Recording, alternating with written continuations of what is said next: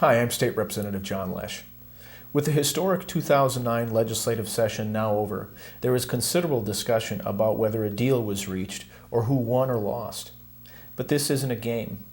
The choices we make are serious, and the results have real consequences for Minnesotans. Facing record unemployment and a massive budget shortfall, the legislature set out this session to reform the way government does business in order to preserve the values and priorities necessary for a healthy, thriving Minnesota.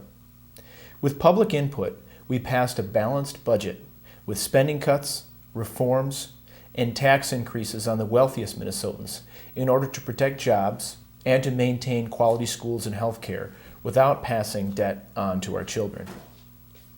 The governor had a different plan for Minnesota. He insisted on either borrowing to raise the revenue we needed or making much deeper cuts to hospitals, nursing homes, and local government. Instead of making any effort to compromise, he vetoed our balanced budget and has said he will use unprecedented authority to make an additional $2.7 billion in budget cuts by himself without public input.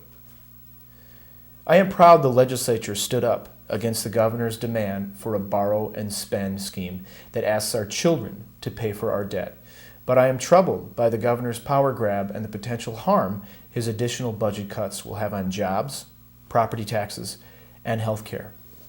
His right-wing ideology of the past threatens to weaken Minnesota's economy further in these challenging times. Over the next several months, it will be important to shine a bright light on the deep budget cuts the governor will make behind closed doors and the impact they will have on the people of Minnesota.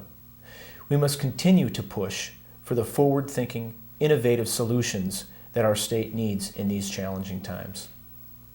I urge you to call Tim Pawlenty and remind him who he still represents. Only with your help can we explain to him what his cuts will do to the Minnesota we love. For the sake of Minnesota's future, we must find a better way.